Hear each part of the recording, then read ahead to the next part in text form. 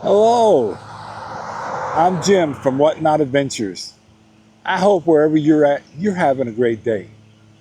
I'm here at the 96 National Historic Site, just outside of 96, South Carolina. I'm excited. I've been here one time a few years ago, but I haven't really visited the place that much. And so I thought we would go together and see what we can see here. Why don't you come along and follow me?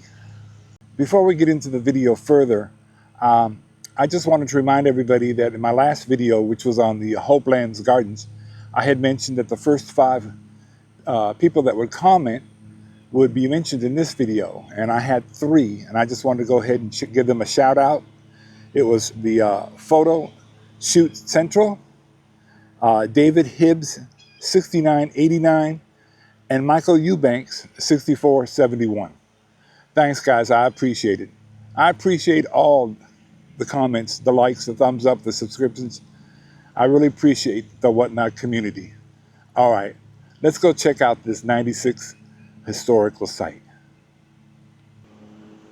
Okay, this is the gate to go into the parking lot. It says they close the gates at 4:30. Now the park itself is open every day from sunrise to sunset. They do have a website, which I'll put a link to in the video description below, and gives you more information, the hours when the visitor centers are open. They do have rangers here most days, but they are closed on Monday and Tuesday, although the park grounds are open. So we're here on a Tuesday. But let's take a look here. And there's some signs down here. It'll probably give us more information about this historical site.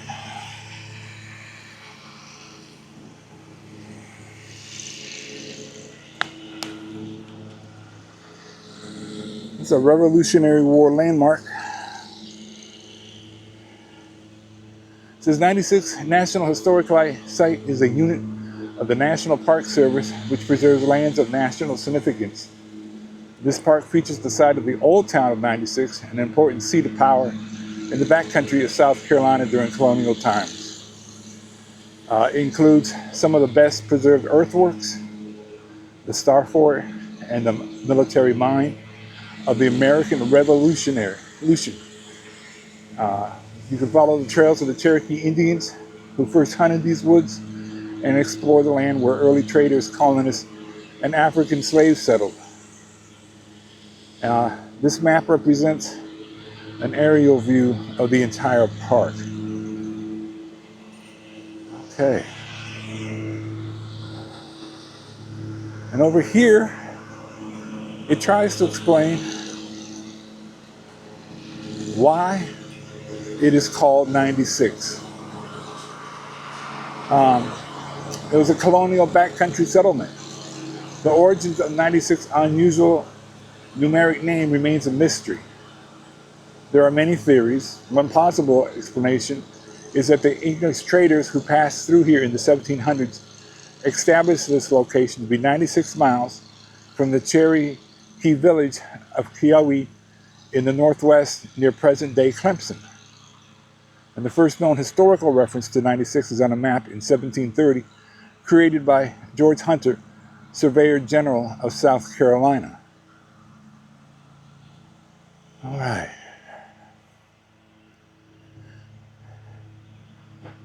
'96 was in the American Revolution. It played a significant role in the struggle for American independence from the British rule. It was the site of the first Southern land battle of the Revolutionary War in 1775 and the scene of its longest field siege in 1781.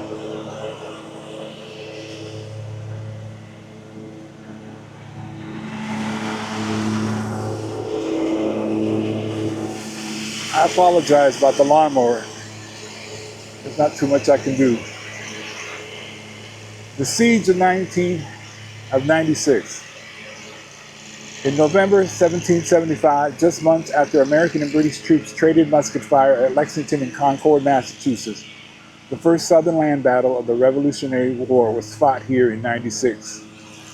Later, in 1781, the longest field siege of that war, 28 days, took place here at 96.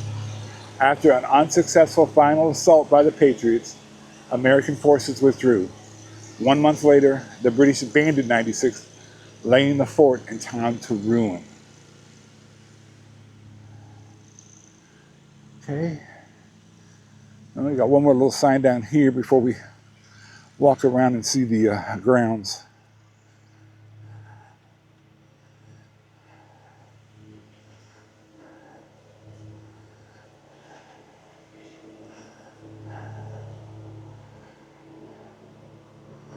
It says you can ask to become a junior ranger. Oh, this is the events that they have. Oh, there you go. Become a bark ranger. Pick up your bark ranger program here or at that website. That's pretty cool. Tuesdays they have bird walks, and this coming May 3rd is Space Day. All right, let's continue on. Now, just across this path from that last sign that I was reading, we have this little cannon. It says was used in battle of Star Fort here, June of 1781, and this was erected by the Star Fort chapter, the Daughters of the American Revolution, in November of 1954. So we're looking at a cannon that was actually used here during the battle. That's nice that they put that up. All right, this is a sign for the walking tour of the park. We're going to follow this paved path to explore a colonial roadbed, the Revolutionary War siege works, and the original Star Fort, the site of the early town of 96, and the reconstructed stockade fort of 1781, and the Logan Law House. This is a 1-mile walk that starts out here in sparse woods and meanders through the fields. So, let's go.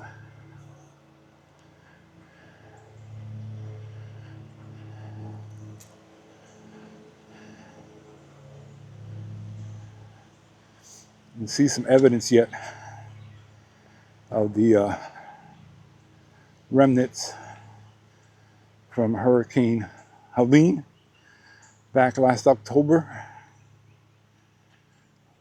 I'm sure they'll be picking it up. It was probably a lot worse right after the hurricane, but I know they've been busy working on cleanup. Well, it's an overcast day, but it's supposed to get up to 81 today here. And I think it's about 75 right now.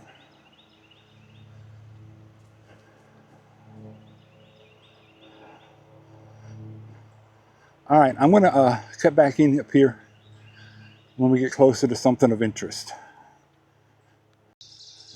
All right, we came up around the bend.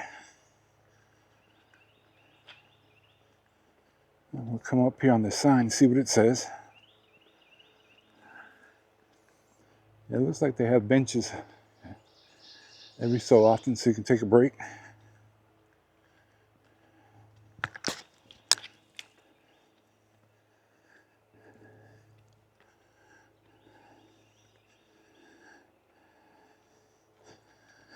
All right, it says environmental change from forest to park.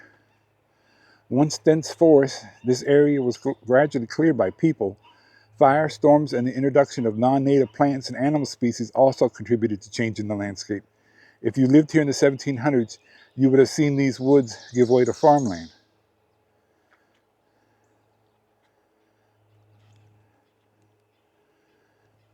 All right, and here's a little bridge, and the sign says this is Historic Spring Branch. Let's see if we can see the spring.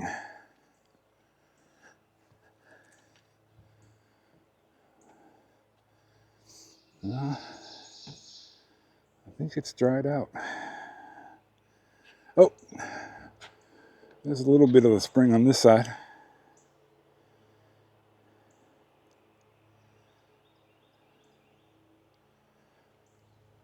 All right, pretty neat. Well, I'll see it maybe up at the top of this hill. All right, we've come up on another sign here. The Island Ford Road, a colonial route to the backcountry. The earliest roads in 96 were Indian trails used for travel by foot and horse and for hunting. White settlers followed these trails to explore the countryside, trade, and eventually to settle. As the stream of settlers into the region increased, better roads were required to transport supplies safely and easily. The historic roadbed before you, the Island Ford Road, was an important traveler's route from places east and north of 96. Years of heavy use and erosion caused the road's sunken appearance. Well, let's go take a look at this out here in the clearing.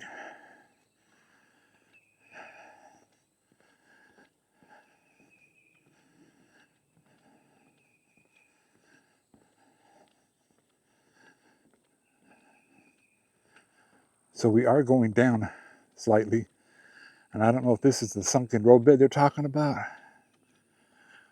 I think it's up here in the field.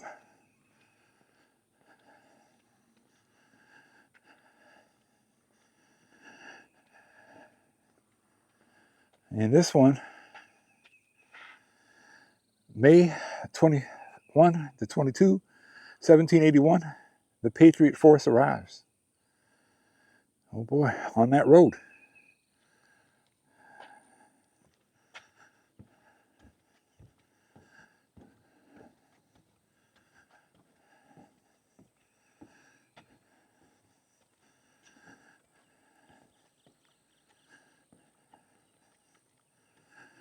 All right. It says, help preserve the past. Please keep off the fragile earthworks. So right here, you can see that the earth is raised. And this must have been along what they were talking about as far as the roads. And I think this is an observation tower up here so we can get a better look. Let's see what the sign says. Oh, this is the Patriots lay siege to the Star Fort. So maybe this is a layout of the fort, and those berms that we were looking at are the edges. Let's go up here and see if we can get a better look.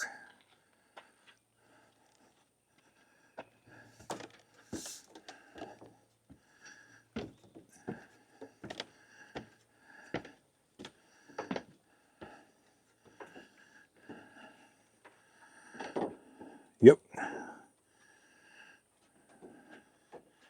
It's probably kind of hard to pick up on camera, but there's all kinds of berms out there. And we'll take a walk through in a minute. But, wow. The Patriots lay siege to the Star Fort. You can see up here the village of 96. And then this was the Star Fort. And this was the siege works.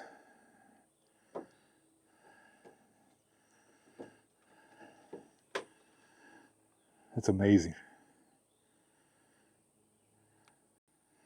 We are back down on ground level from that tower. Let's take a walk out here on the path. See what we can see of this earthwork.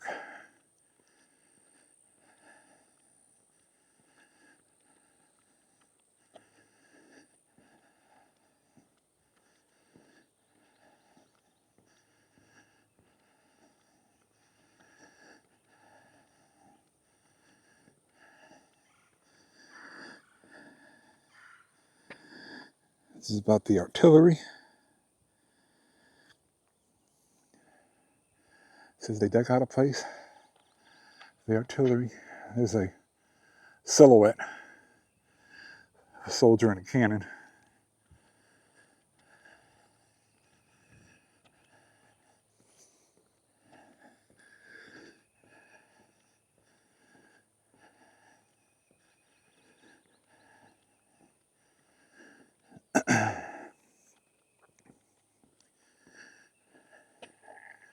And then this is the approach trenches called saps, connected one parallel to the next.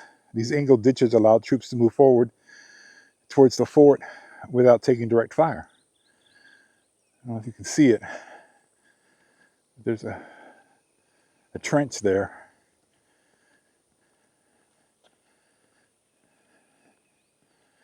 I'm sure it's a lot more shallow than it was back then.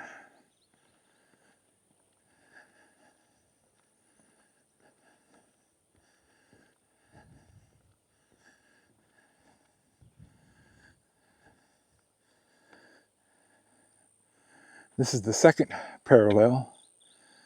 By June 3rd, the sappers had finished the approach trench and established a second parallel.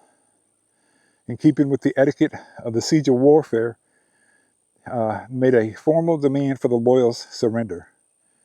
But Kruger saw no need to comply with Greene's demands. The loyals' casualties so far were light, and they had enough food stored away for another month.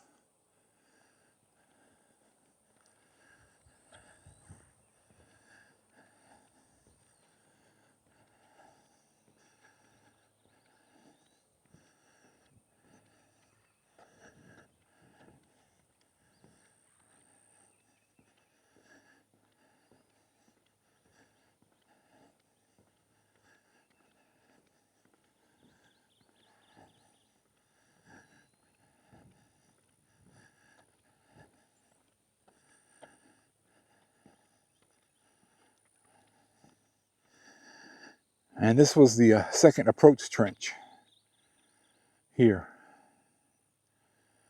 This is amazing.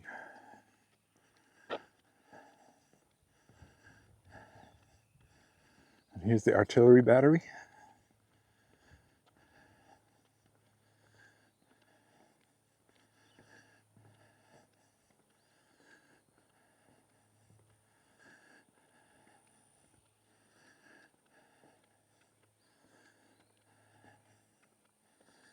And this here was the rifle tower. In a single night, June the 13th, a 30-foot tower made of interlocking logs was erected. From the wooden platform, marksmen could aim down into the fort. The loyalists responded to this threat by making the walls nearly 3 feet higher with sandbags. The loyalists tried unsuccessfully to burn down the tower by firing heated cannonballs. Wow.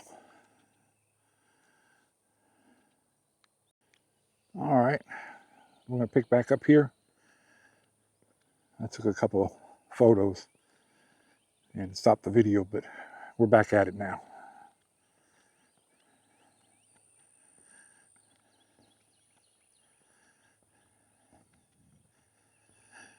Oh, begun June 9th, 1781.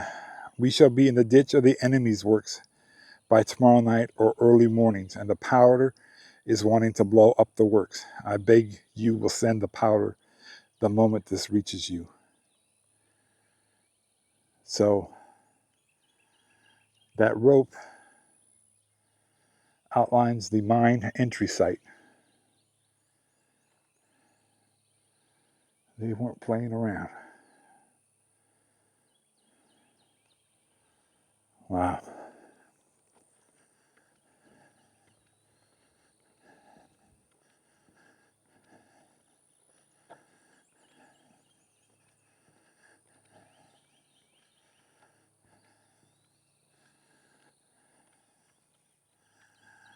And the forlorn hope. Having established the third parallel and dug a mine, the Patriot troops were exhausted. Promised reinforcements from the Virginia militia failed to arrive. A frustrated Green wrote to Congress, "Our poor fellows are worn out with fatigue, being constantly on duty every other day and sometimes every day." It must have been one long, heavy, drawn-out battle. Well, they said it was 28 days. All right, let's keep going.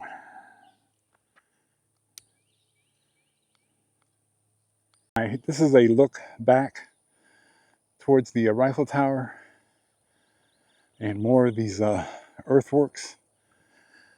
I'm not sure if this was part of the village. There is a sign up here. We'll take a look.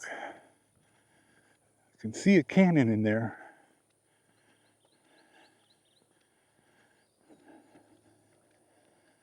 All right.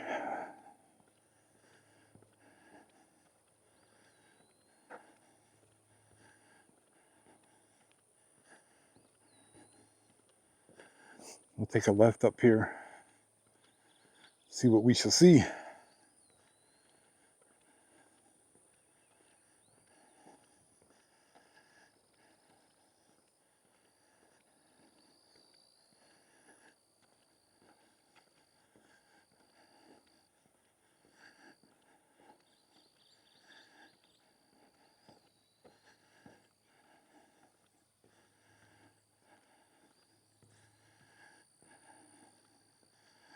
This was the Star Fort. Heart of the Loyalist defense. Keeping possession of the backcountry is of utmost importance. Indeed, the success of the war in the Southern District depends totally upon it. It's kind of hard to make out the shape, but it looks like it was an 8-sided star.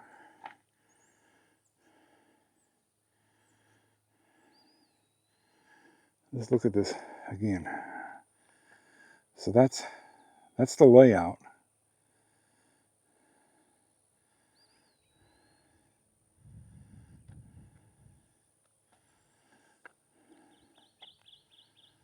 It's amazing what people had to go through back then.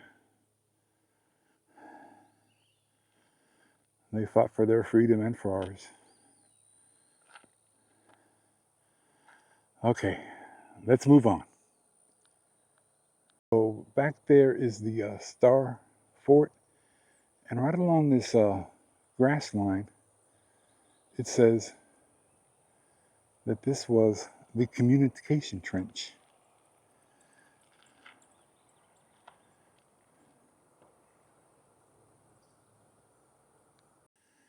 And this field, I believe, is being designated as the town, the colonial center, and a time of change, 96.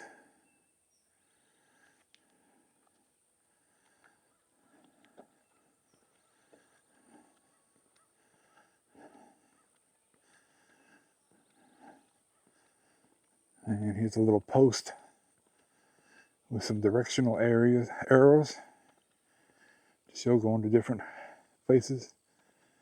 I'm pretty sure this wasn't up back then, but give you an idea.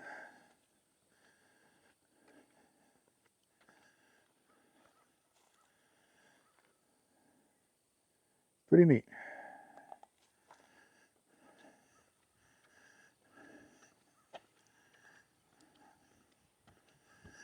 And there's another clearing here.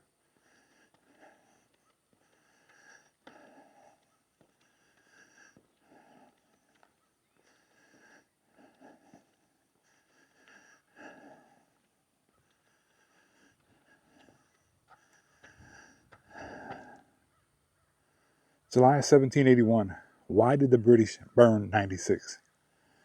The quiet field before you was the site of the once thriving 1700s town of 96. In 1781, it had about a dozen homes, a courthouse, and a jail. When Lieutenant Colonel Kruger arrived in 1780, he fortified it against attack.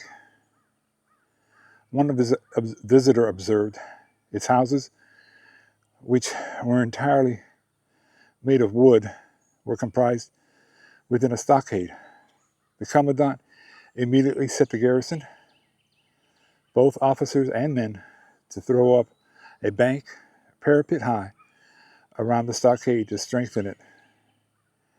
During the siege of 1781, many loyalist families from the backcountry, fleeing from Greene's advancing Patriot army, took refuge in the fortified town.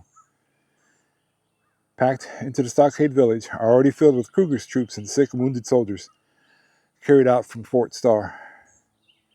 These refugees lived in constant fear of Patriot gunfire and dwindling food and water supplies. After the Patriots' defeat, Kruger was ordered to evacuate the town.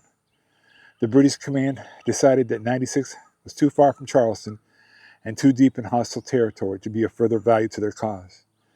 So in July 1781, Kruger's men, with loyalist families in tow, abandoned the village and burned it to the ground, denying Patriots further use of the site. Wow.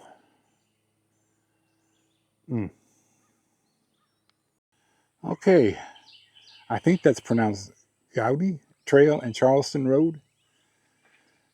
It says it's a 1.5 mile nature path that takes you through the woods and into the lesser known but historically significant part of the park. And this here, by the sign, says this is the historic Charleston Road. Wow. But we're going to continue on our path here.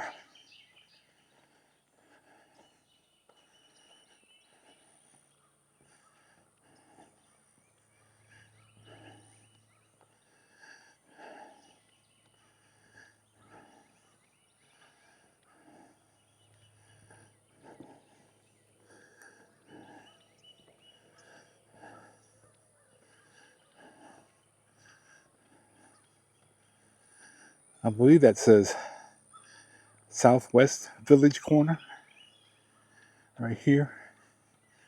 So if we look back, the foreground here would be the village, and way off up there where the mounds are, that's where the Star Fort was. Whew.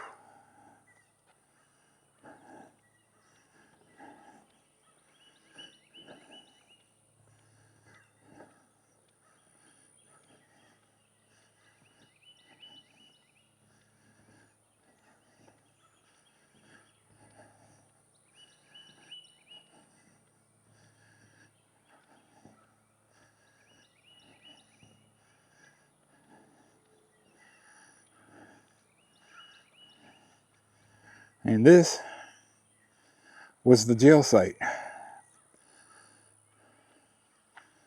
Law and order in the Carolina backcountry. The jail and the courthouse. Wow.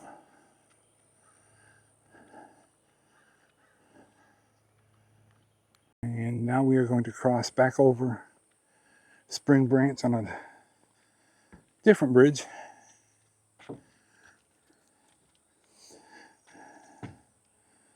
There's Spring Branch.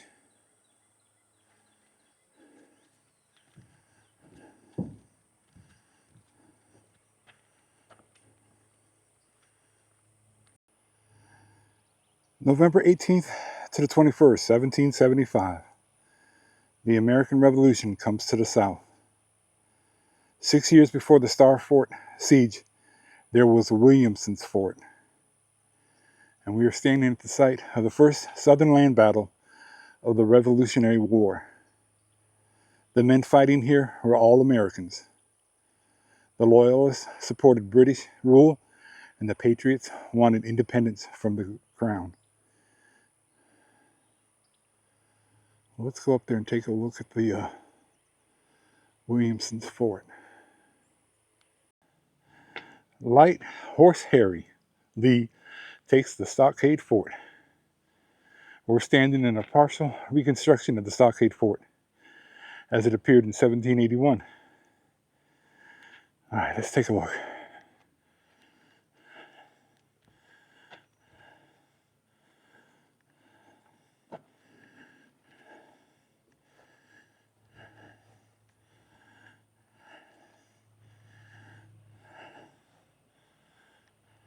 Let's see what's there.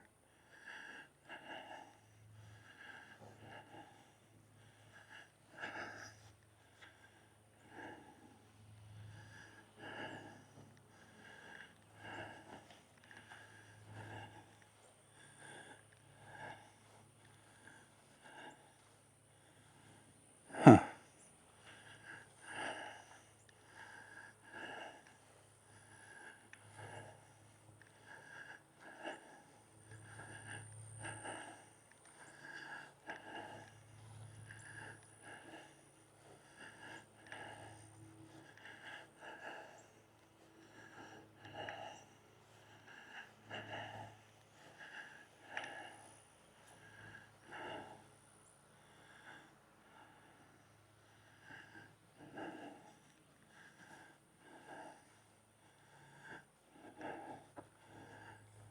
Ain't that something?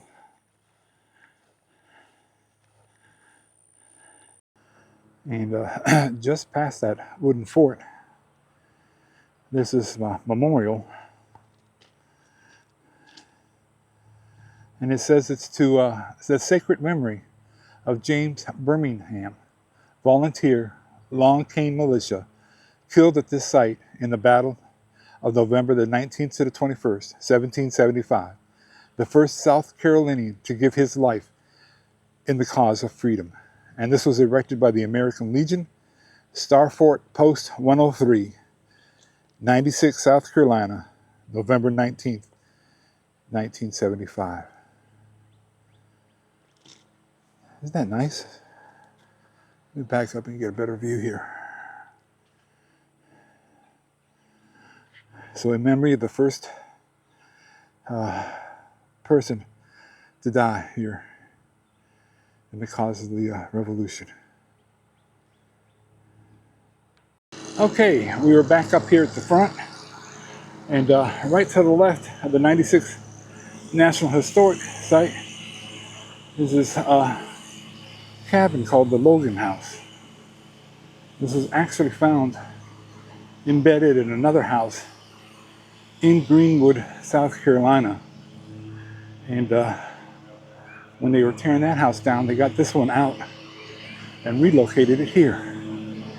Again, if you want to see more information on this, it'll be in the website linked in the description below.